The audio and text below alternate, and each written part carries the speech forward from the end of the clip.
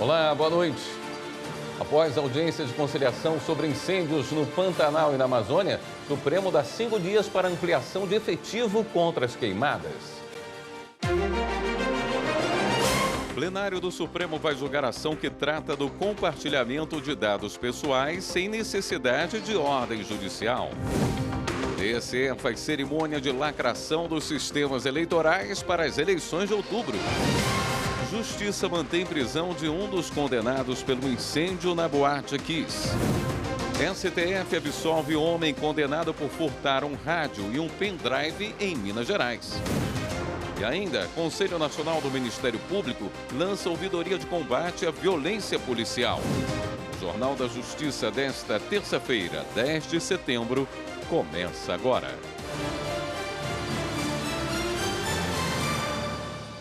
O ministro Flávio Dino, do Supremo Tribunal Federal, realizou na manhã de hoje uma audiência para acompanhar o cumprimento de decisão da Corte sobre queimadas no Pantanal e na Amazônia. Quem acompanhou foi a repórter Carolina Chaves. A primeira audiência ocorreu na sala de sessões da segunda turma, com a participação da Procuradoria-Geral da República, da Advocacia-Geral da União, dos Ministérios da Justiça, do Meio Ambiente e da Mudança Climática, dos povos indígenas e do desenvolvimento agrário. O ministro Herman Benjamin, presidente do Superior Tribunal de Justiça e coordenador-geral do Observatório do Meio Ambiente do Poder Judiciário, também esteve presente. No início da audiência, o ministro Flávio Dino reconheceu o esforço dos governos federal, estaduais e municipais no enfrentamento à grave crise climática no país e punição para responsáveis por queimadas criminosas. Segundo Dino, mesmo com as ações do Executivo, é importante o diálogo institucional e intervenção do Judiciário para a proteção da saúde, do meio ambiente e da economia. Nós não podemos normalizar o absurdo. Nesse instante, 60% do território nacional, direta ou indiretamente, está sentindo os efeitos dos incêndios florestais das queimadas. Uma autêntica pandemia de incêndios florestais.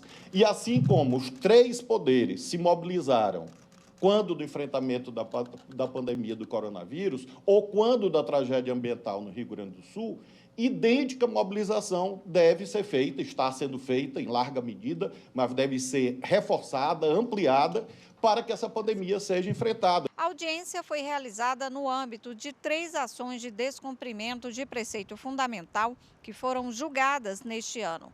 Na ocasião, o plenário elaborou 9 questões para serem respondidas pela União.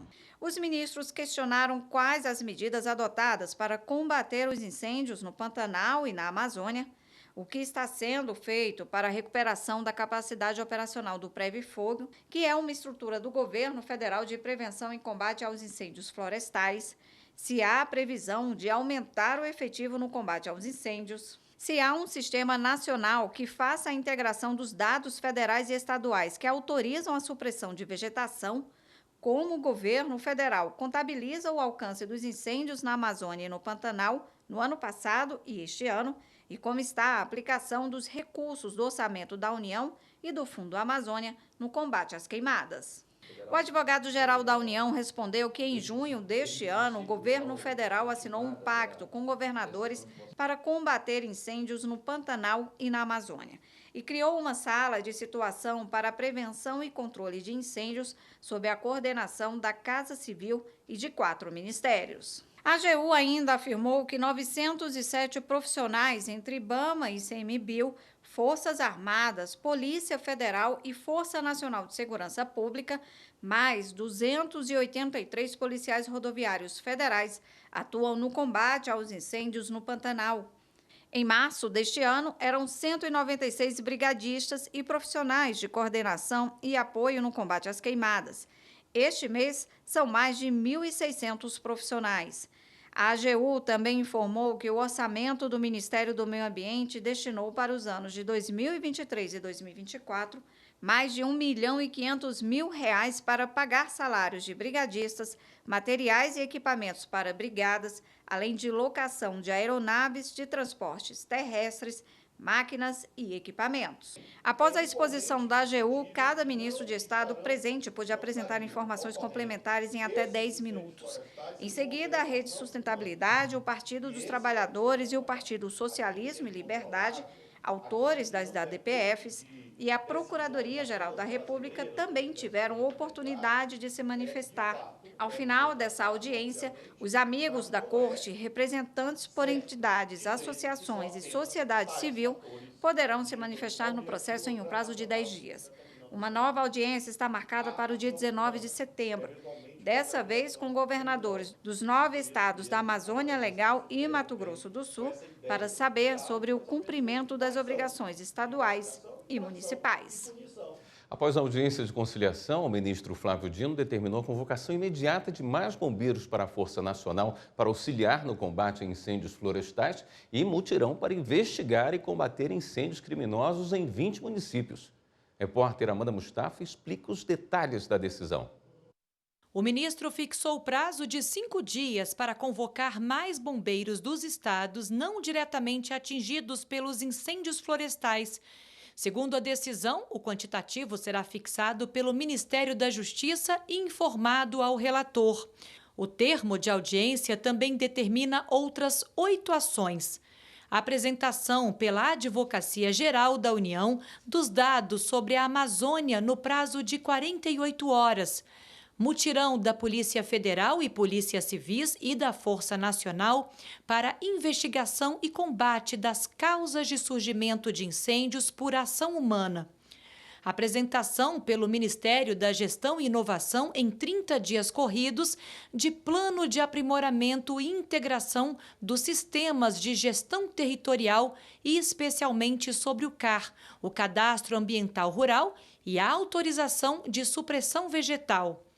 Relatar ao Observatório do Meio Ambiente do Conselho Nacional de Justiça, no prazo de 60 dias corridos, a adoção de plano de ação emergencial de prevenção e enfrentamento a incêndios florestais para 2025, com prazo de 90 dias corridos para elaboração e apresentação ao relator. Ampliação do número de aeronaves, mediante o emprego das Forças Armadas, bem como contratação ou requisição junto ao setor privado, no prazo de 10 dias corridos. Encaminhamento pelo Ministério da Justiça e Segurança Pública, no prazo de 30 dias corridos, do cronograma das ações que serão implementadas pelo Plano Amazônia, Segurança e Soberania. E a ampliação do efetivo da Polícia Rodoviária Federal na fiscalização no âmbito da Amazônia do Pantanal, no prazo de 5 dias corridos. O ministro Flávio Dino é o relator aqui no Supremo de um conjunto de ações que tratam sobre medidas de combate a incêndios na Amazônia e no Pantanal. Em março, o STF determinou que o governo federal deveria apresentar um plano para atuação nos 2 biomas. O objetivo da audiência de conciliação desta terça-feira foi verificar o cumprimento do julgamento.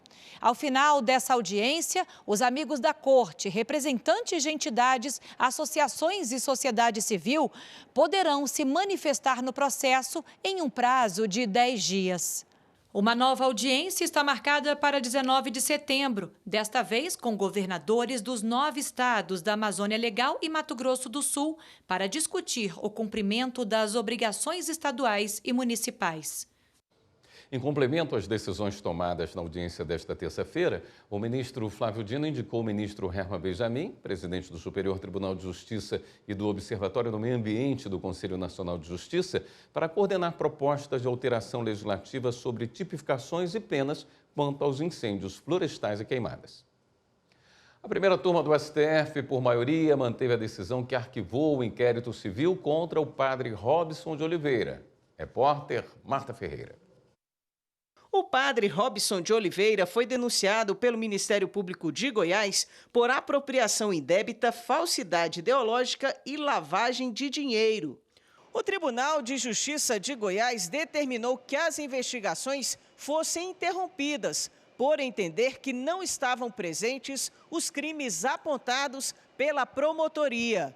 Após recursos, o caso foi para o Superior Tribunal de Justiça, que manteve a investigação suspensa e depois decidiu pelo arquivamento. O Ministério Público de Goiás então recorreu ao Supremo e o caso foi levado para análise da primeira turma. A relatora é a ministra Carmen Lúcia, que já havia negado recurso com base numa súmula do STF que veda o reexame de fatos e provas no âmbito de um recurso extraordinário.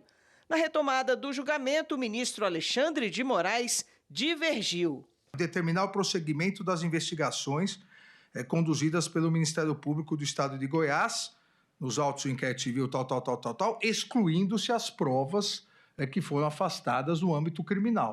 Então, eu excluo as provas exatamente para impedir isso. Não conseguiu aqui, vai ali. Mas não tranco o inquérito civil. O Ministério Público pode, por exemplo, via testemunhal no inquérito civil, provar que aquela associação religiosa está desvirtuada e pediu a cassação da utilidade pública. Não pode usar desse manejo, não conseguir a prova lá aqui, então eu afasto essas provas. O ministro Cristiano Zanin acompanhou o voto da relatora. Nós sabemos que não é possível fazer pela via estreita do recurso extraordinário ou do agravo em recurso extraordinário. Então, por esse motivo, por entender que não podemos aqui fazer esse revolvimento factual ou probatório, é que eu estou também acompanhando a eminente relatora, a ministra Carmen Lúcia, para negar provimento ao agravo regimental. A primeira turma, por maioria, negou o pedido do Ministério Público de Goiás. E nesta sessão, a primeira turma escolheu por unanimidade o ministro Cristiano Zanin para o cargo de presidente do colegiado. Zanin integra a turma desde agosto de 2023. O rodízio de presidentes está previsto no regimento interno do STF. A turma é presidida pelo ministro mais antigo por 1 ano e a recondução é proibida até que todos os integrantes tenham exercido a presidência. O ministro Cristiano Zanin afirmou que pretende dar continuidade ao trabalho do ministro Alexandre de Moraes, que presidiu o colegiado neste último ano. A seguir, Justiça Eleitoral do Rio de Janeiro nega registro de candidatura de Antony Garotinho ao cargo de vereador. A gente mostra como foi a cerimônia de lacração dos sistemas eleitorais para as eleições de outubro. É no próximo bloco. Até já.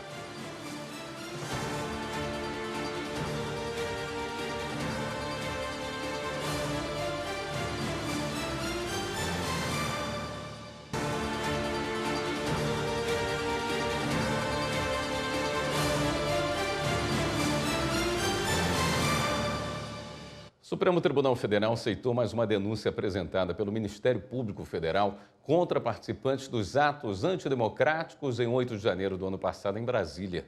Márcio Fontinelli. O Ministério Público Federal apresentou denúncia contra mais um acusado de participar da invasão à sede dos 3 poderes em Brasília no dia 8 de janeiro do ano passado.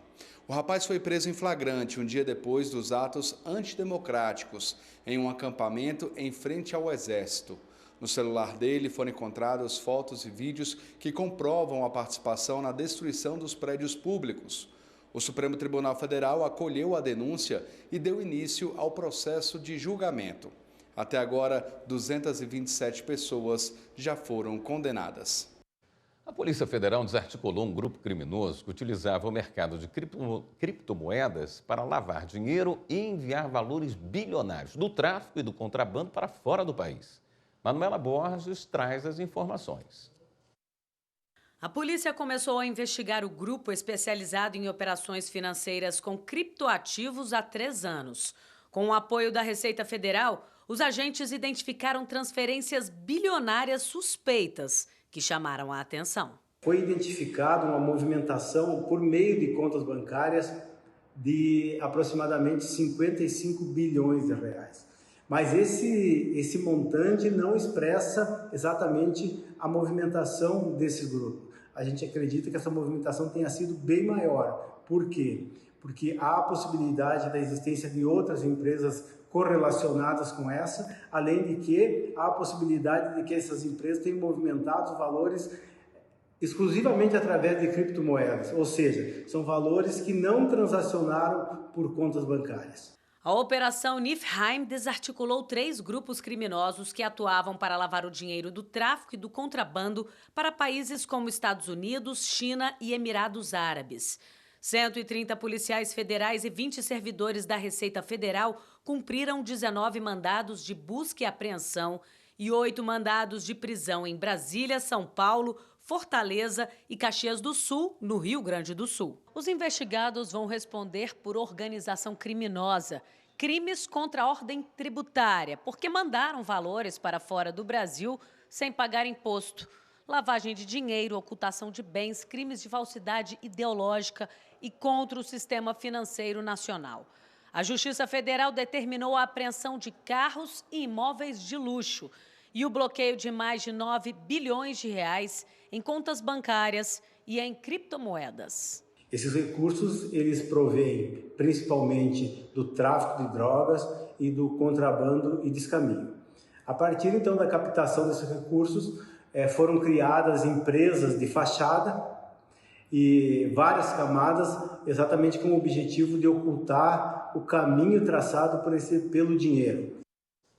Justiça do Rio Grande do Sul mantém prisão de Luciano Bonilha Leão, dos condenados pelo incêndio na Boate Kiss em 2013.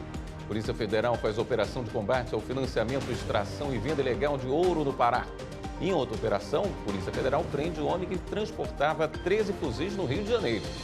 Confira. Os policiais abordaram um homem de 34 anos de idade. O armamento estava em 2 bolsas esportivas e seria entregue do complexo do Alemão. O homem foi encaminhado ao sistema prisional do Estado, onde permanecerá à disposição da Justiça e vai responder pelo crime de comércio ilegal de armas de fogo.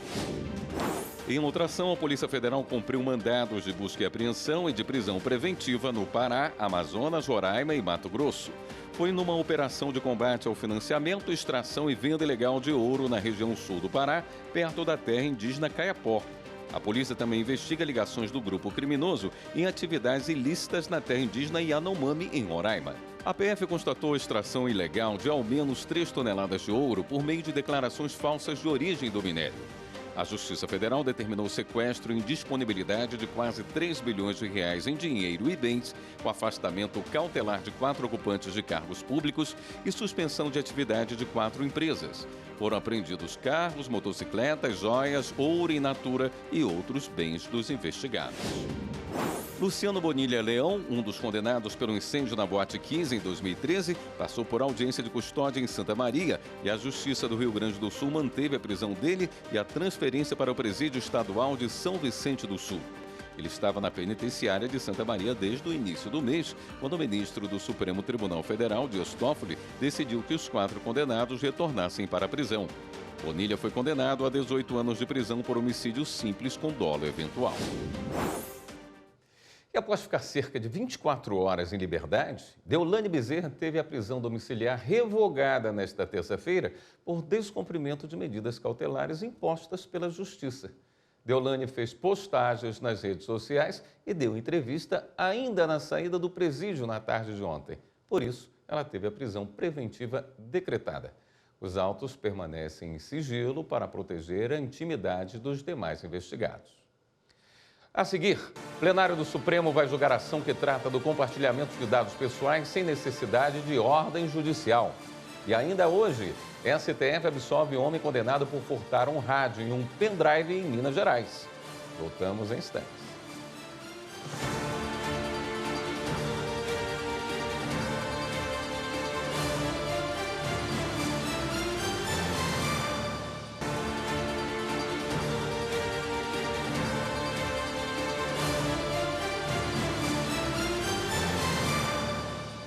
A segunda turma do Supremo Tribunal Federal absolveu um homem condenado por furtar um rádio e um pendrive em Minas Gerais. No julgamento, prevaleceu o voto do ministro Gilmar Mendes, que aplicou o chamado princípio da insignificância. Quem explica é a repórter Amanda Mustafa. O homem havia sido condenado a 1 ano e 2 meses de reclusão em regime semiaberto por furtar de uma loja na cidade mineira de Pouso Alegre um rádio e um pendrive, no valor de R$ 60. Por maioria de votos, a segunda turma do STF absolveu o homem e seguiu o voto do ministro Gilmar Mendes, que aplicou o chamado princípio da insignificância. Segundo ele, não é razoável movimentar o aparato policial e judiciário para atribuir relevância a um caso envolvendo objetos de valor tão pequeno. O caso chegou ao Supremo por meio de um habeas corpus da Defensoria Pública de Minas Gerais, questionando decisão do Superior Tribunal de Justiça, que havia rejeitado a aplicação do princípio da insignificância, porque o homem é reincidente em crimes contra o patrimônio. Em decisão individual, o relator, ministro Dias Toffoli, não verificou ilegalidade na decisão do STJ. E a Defensoria apresentou o recurso julgado pela segunda turma na sessão virtual encerrada no dia 6 de setembro. Durante voto no colegiado, Toffoli reiterou seu entendimento e foi seguido pelo ministro Nunes Marques. Já o ministro Gilmar Mendes observou que, de acordo com a jurisprudência do STF, a reincidência não impede a aplicação do princípio da insignificância. Segundo ele, as circunstâncias específicas em que ocorreu o delito devem ser analisadas. O ministro ressaltou que, além do baixo valor dos objetos, não houve prejuízo, pois o rádio e o pendrive furtados foram devolvidos à loja. Os ministros Edson Fachin e André Mendonça acompanharam o voto do ministro Gilmar Mendes. O primeiro item da pauta de julgamentos do plenário do Supremo nesta quarta-feira é uma ação direta de inconstitucionalidade que trata sobre o compartilhamento de dados pessoais sem a necessidade de ordem judicial. Quem explica é a repórter Manuela Borges. A Abrafix, Associação Brasileira de Concessionárias de Serviço Telefone Fixo Comutado, questiona um trecho da lei sobre lavagem de dinheiro, que trata do compartilhamento de dados pessoais.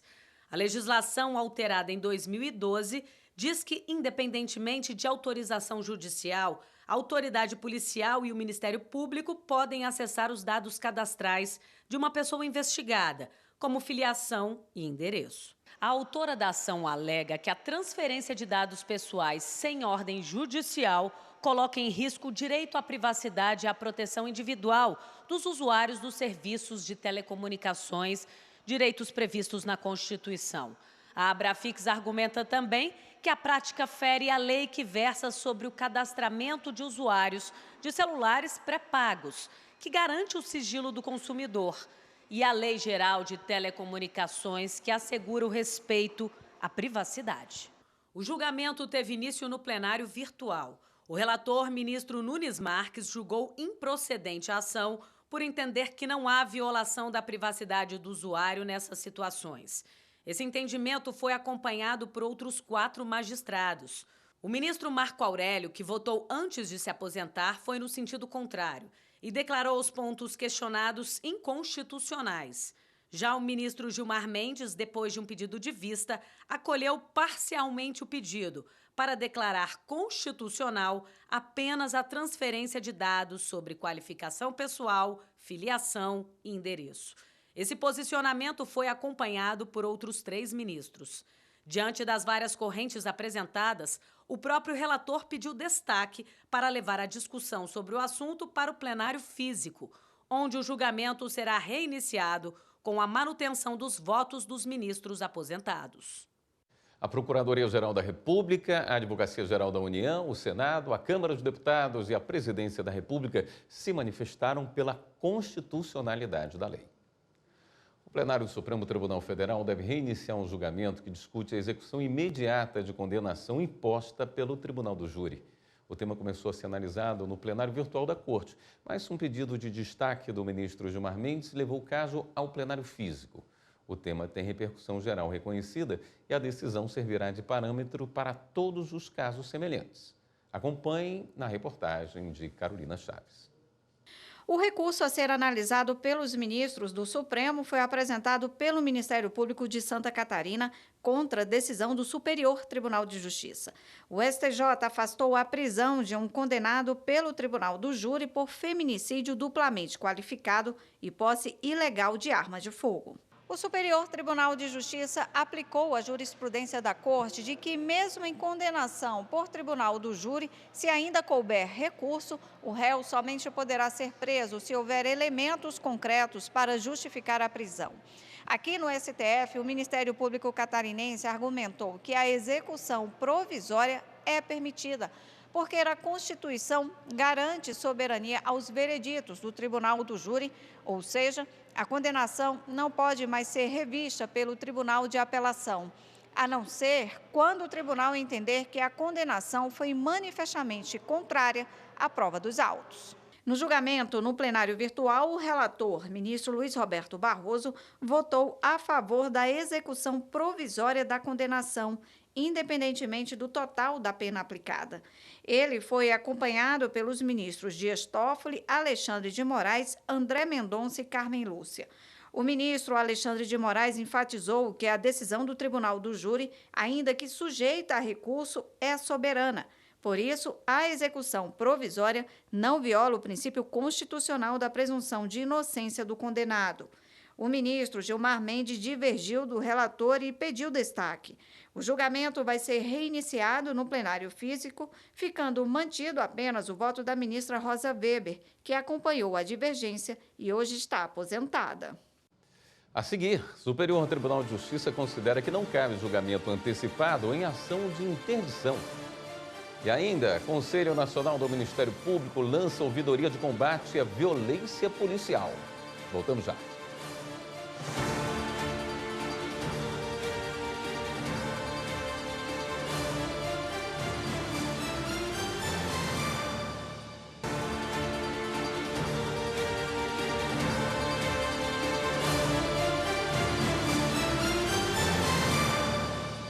Em Brasília, o Conselho Nacional do Ministério Público lançou hoje a ouvidoria de combate à violência policial.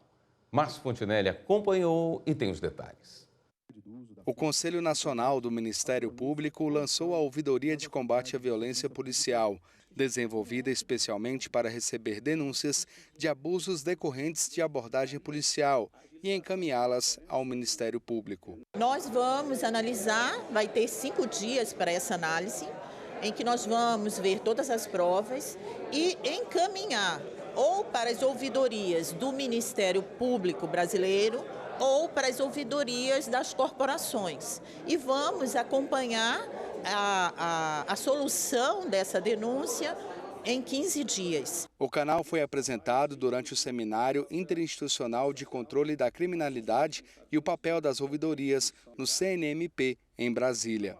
Além de debates, o encontro com representantes do sistema judiciário e policial contou com palestras e painéis com foco nas ações de combate às irregularidades praticadas por autoridades. Quando a gente consegue se aproximar, mostrar nossa realidade, as dificuldades, a gente acredita que facilita a vida do policial, que vai ser melhor compreendido, e a gente auxilia também os promotores de justiça a realizarem melhor a sua função, conhecendo a peculiaridade do trabalho policial. Dados do Anuário Brasileiro de Segurança Pública mostram que no Brasil, 6.430 pessoas morreram em 2022 vítimas de ações policiais, ou seja, uma média de 17 mortes por dia. A maioria absoluta das vítimas são homens, negros e jovens com idades entre 18 e 24 anos. E 99% foram assassinadas com o uso de armas de fogo. As denúncias poderão ser feitas de forma anônima por meio dos canais de atendimento da Ouvidoria Nacional do Ministério Público e das redes sociais e institucionais do CNMP. Além disso, também pelo e-mail ouvidoria.cvp@cnmp.mp.br e pelo telefone 61 3366 9229. Esses canais são fundamentais e essa integração, interação das instituições no combate ao crime organizado, no combate à violência policial, é fundamental para que nós possamos somar experiências, somar esforços e buscar aprimorar e aperfeiçoar nossa atuação e a atuação do Estado como um todo. Terceira turma do Superior Tribunal de Justiça considerou que não cabe julgamento antecipado em ação de interdição. Os detalhes com a repórter Jéssica Castro. Por unanimidade, os ministros do colegiado decidiram que não é possível julgamento antecipado de ação de interdição com base em laudo médico unilateral. O entendimento foi o de que a produção de prova pericial é imprescindível para a constatação da incapacidade civil da pessoa a ser interditada. Na origem do caso julgado, o autor da ação pediu a interdição do pai devido a um acidente vascular cerebral isquêmico que teria causado perda transitória e eventual de memória e apresentou um laudo médico como prova. Ele alegou ter estranhado a venda de bens por preço inferior a 50% do valor de mercado e o aumento de ações ajuizadas contra o pai, inclusive com penhora de bens. O Tribunal de Justiça do Rio Grande do Sul confirmou que havia decidido a primeira instância e manteve a negativa da interdição, porque na entrevista do interditando em juízo, o magistrado avaliou não ter sido demonstrada a incapacidade civil dele. Por isso, o TJRS entendeu que a perícia não seria indispensável para a solução deste caso. Já no Superior Tribunal de Justiça, a ministra relatora, Nancy Andrighi, afirmou que a jurisprudência entende que a perícia é fundamental para se constatar a causa que justifique a decretação, a extensão e os limites da interdição. A ministra considerou inadmissível concluir que o autor da ação não tenha conseguido provar a necessidade da interdição e, ao mesmo tempo, julgar a causa antecipadamente, retirando dele o direito de produzir a prova pericial que poderia confirmar as alegações. Seguindo o entendimento da relatora, a terceira turma considerou o laudo médico inconclusivo por apresentar apenas indícios de que não haveria capacidade para a prática de atos da vida civil devido a lapsos de memória e cassou o acórdão e a sentença para reconhecer o cerceamento de defesa e determinar a produção de prova pericial. A alegação de vínculo pessoal com o sócio que deixou uma empresa de locação de imóveis não é suficiente para exonerar o fiador. Esse entendimento é da terceira turma do Superior Tribunal de Justiça. Repórter Kátia Gomes explica para a gente. No caso julgado, um dos sócios de uma empresa saiu da sociedade durante o prazo do contrato de aluguel. A fiadora, que mantinha vínculo pessoal e familiar com o antigo sócio, notificou extrajudicialmente o locador para deixar de ser fiadora do imóvel. Porém, antes do término do contrato, foi ajuizada a ação de despejo e cobrança de aluguéis. O juízo reconheceu a dívida, mas declarou a ilegitimidade passiva da fiadora. O Tribunal de Segundo Grau manteve a sentença sob o fundamento de que saiu da sociedade aquele que possuía vínculo familiar com a fiadora e houve a comunicação formal da intenção de exoneração. No STJ, o locador sustentou que não há motivo que autorize a exoneração da fiadora, que deve responder pela fiança durante o prazo de validade do contrato. A terceira turma deu provimento ao recurso especial para reconhecer a legitimidade da fiadora.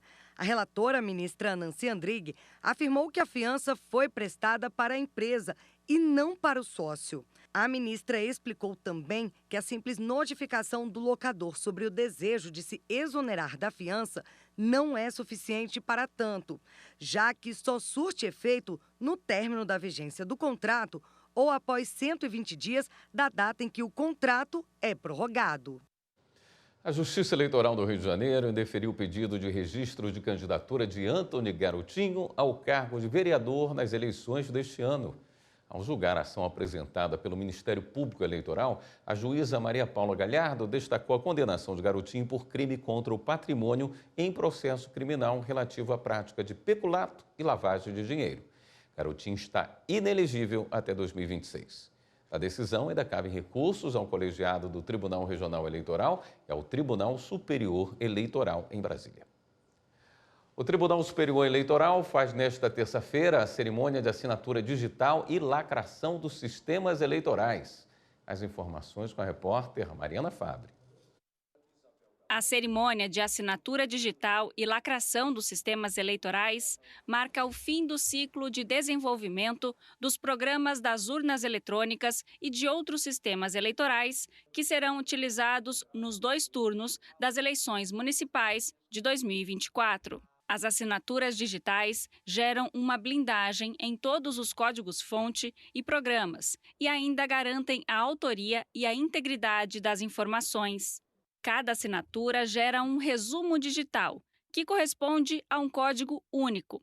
Durante a cerimônia, a presidente do Tribunal Superior Eleitoral, ministra Carmen Lúcia, afirmou que o processo de lacração dos sistemas garante a escolha livre e única de cada eleitora ou eleitor brasileiro.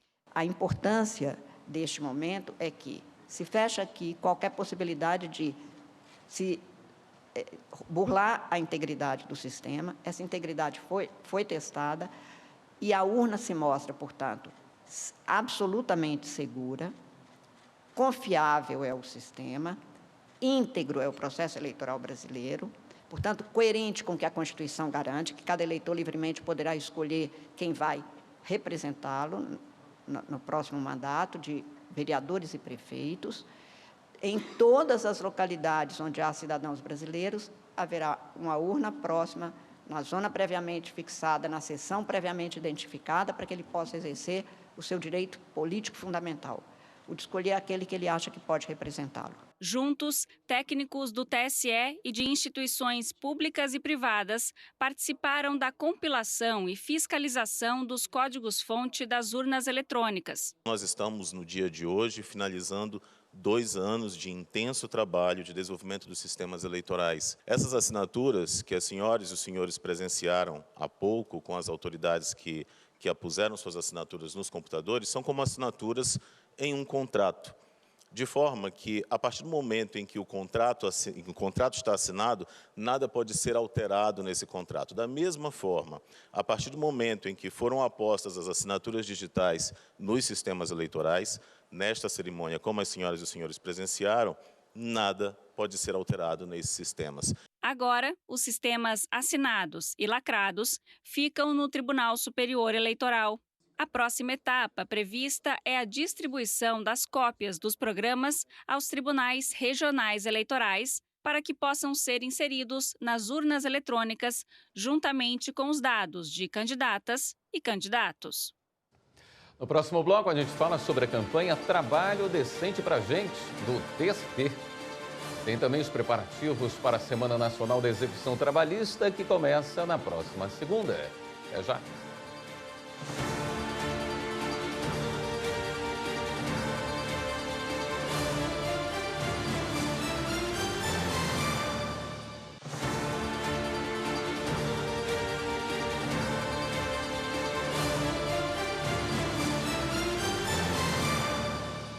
Respeito, segurança, salário justo e condições dignas são princípios que garantem um trabalho decente. E é isso que a Justiça do Trabalho busca assegurar a todas as pessoas.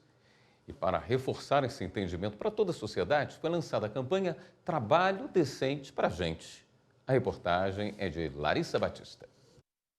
Fui privada de ir à escola, tive várias, fui privada, não tive direito a brincar. Entendeu? Foi só ali, só trabalhar. Fui privada de tudo. Tudo. Eu não tive infância. Sempre falo, eu não curti a minha infância. Por conta da exploração do trabalho. As feridas, elas cicatrizam, mas deixam marca. E eu tenho marca porque eu sofri muito na minha vida. Esse depoimento emocionante é de Valdirene Boaventura. Ela foi vítima de trabalho escravo em ambiente doméstico na Bahia por 8 anos. A história dela serviu de base para o lançamento da campanha Trabalho Decente pra Gente, uma iniciativa do TST em defesa da Justiça do Trabalho. O objetivo do projeto é estabelecer um diálogo entre a sociedade e o universo trabalhista. A campanha de conscientização que traz depoimentos verídicos de pessoas que passaram por situações graves de violação dos seus direitos fundamentais e evidencia como a Justiça do Trabalho atua em prol da dignidade do ser humano e dos direitos fundamentais. O lançamento da campanha ocorreu durante a abertura do 29º curso de formação inicial para magistrados do trabalho. Essa é a formação da 2ª turma do curso da Escola Nacional de Formação e Aperfeiçoamento de Magistrados do Trabalho, a ENAMAT, que contou com a presença de mais de 100 juízas e juízes do trabalho recém-possados. O diretor da ENAMAT, ministro Maurício Godinho Delgado, enfatizou que a participação de novos magistrados em iniciativas como esta é fundamental para uma carreira promissora na magistratura trabalhista. É fundamental que exista uma escola institucionalizada, forte, presente, atuante, dinâmica, absolutamente atualizada com os grandes temas da sociedade, do judiciário, para que ocorra a formação inicial, que é o caso vertente, e a formação continuada de todos os magistrados, porque a nossa profissão exige que nós sejamos atualizados permanentemente. Para conhecer as ações de conscientização sobre o trabalho justo e decente, é só acessar o site tst.jus.br/trabalho decente pra gente. Começa na próxima segunda-feira a Semana Nacional da Execução Trabalhista. A Bahia, o Tribunal Regional do Trabalho, já programou uma série de ações para garantir o pagamento dos direitos aos trabalhadores. Repórter Carolina Vasco tem os detalhes. Gilson trabalhou por mais de 10 anos em uma empresa e foi dispensado sem receber as verbas rescisórias. Após um acordo no TRT da Bahia, finalmente conseguiu. Como eu acompanhei algumas audiências, aí eu pude ver de perto como que funciona, entendeu? E eu sou muito grato também pelo ocorrido, porque a gente não tinha esperança nenhuma de receber. O advogado do trabalhador fala do acordo no processo, que já estava em fase de execução. Os processos, depois de algum tempo, por iniciativa do tribunal, da Central de Execuções, à época, todas as execuções foram reunidas e, no âmbito dessa reunião das execuções, que se denominou penhora unificada, foi celebrado um acordo global. O juiz, coordenador da Secretaria de Execução, detalha os procedimentos para viabilizar o pagamento. Por uma série de burocracias e de minúcias, havia dinheiro no processo e os credores não recebiam. Mas esse ano a gente fez um empenho significativo nesse caso desta empresa e conseguimos pagar 40 processos trabalhistas, praticamente zerar a história desta empresa lá em Feira de Santana. Processos como o do Gilson têm uma possibilidade de solução durante a Semana Nacional da Execução Trabalhista, que este ano ocorre de 16 a 20 de setembro em todo o país. Esse ano temos novidades importantes, que vai ser o grande leilão nacional, que é realizado a partir de São Paulo, leilão digital que permitirá uma expropriação de bens com alta possibilidade de demanda e de alienação, e isso é muito importante. Esse ano também introduzimos a metodologia de cálculo dos tribunais vencedores, que levará em consideração também o desempenho ao longo do ano. No TRT da Bahia, algumas ações estão programadas. A gente está fazendo 3 leilões de imóveis, apartamentos e veículos, para que com esses leilões se pague os trabalhadores que ganharam o direito na justiça. Convocar trabalhadores, empresas de qualquer tamanho, trabalhadores para se envolverem nisso, se engajarem nesse esforço do Tribunal na Semana da Execução para resolvermos definitivamente os processos de modo que cada um receba aquilo que foi ajustado. Uma comitiva formada por comissões de soluções fundiárias do Tribunal de Justiça de Minas Gerais, Tribunal Regional Federal da 6ª Região e do Conselho Nacional de Justiça visitou ocupações em fazendas no norte e no noroeste do estado. A reportagem é de Cid Marcos. A comitiva colocou o pé na estrada e percorreu um longo caminho. O grupo, formado por comissões de soluções fundiárias do TJMG, do TRF6 e do CNJ, visitou áreas importantes em Brasilândia de Minas, noroeste do estado, a cerca de 500 quilômetros de Belo Horizonte, e em Januária, norte mineiro, distante quase 600 quilômetros da capital. Tudo bem?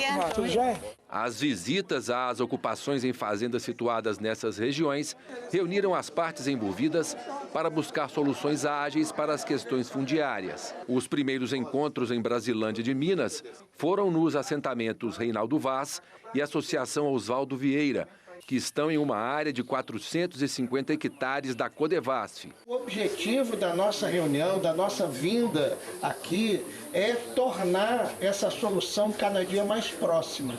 O objetivo, como eu disse, é que Os órgãos públicos que estão envolvidos aqui, o INCRA, a Codevasp, a DPU, Ministério Público Federal, nós temos aqui o Ministério Público Estadual também, doutor Renato está aqui conosco.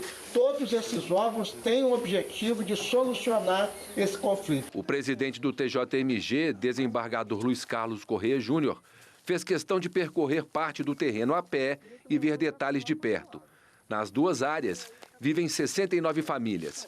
Aqui elas têm criações de animais e plantações diversas. Mandioca, verdura, fruta, leite também, porco, também cria porco, entendeu? Frango. A visita da comitiva rendeu outros frutos. A Codevasf vai doar a terra ao INCRA, que fará a distribuição aos assentados. Essa visita foi de extrema relevância. Foi a partir dessa visita, né, que nós trouxemos esperança para essas famílias que aguardam há quase 9 anos pelo assentamento das famílias. A Codevasf, junto com o INCRA, fazendo com que formalize esse sentimento de esperança de ver que essa terra pode ser doada e vai ser doada para o INCRA, a fim de que atenda a necessidade daqueles que mais precisam. Ainda em Brasilândia de Minas, a comitiva esteve na fazenda da empresa Valorec, uma área de 15 mil hectares, com mais de 600 famílias, para tentar um acordo. Da inovação de termos uma corte estadual, da importância do TJ e o nosso Tribunal Regional Federal da 6ª Região atuando conjuntamente para solucionar conflitos que importam mais do que a União, mais do que ao Estado, mais do que eventualmente ao município, importa a sociedade brasileira. Primeira vez que eu vejo na história do Poder Judiciário 3 tribunais, 3 órgãos buscando uma finalidade única, que é a solução de conflitos, e isso só demonstra que nós todos unidos do Poder Judiciário, não importa qual a esfera do Poder Judiciário, unido é possível sim se ir até as pessoas e se tentar resolver soluções, ou melhor, se dar soluções a situações que há muito precisavam do nosso apoio e do nosso olhar. Outra visita foi na área de conflito fundiário em Pedras de Maria da Cruz, que pertence à comarca de Januária. Mesma viagem em outra cidade, agora já em Montes Claros, e mais uma pauta importante com a presença do presidente do TJMG. No Fórum da cidade, foi homologado o provimento conjunto que transfere oficialmente a tramitação dos processos judiciais eletrônicos das turmas recursais da comarca de Montes Claros para a Central de Processos Eletrônicos das turmas recursais da primeira instância na comarca de Belo Horizonte. Esta edição do Jornal da Justiça fica por aqui.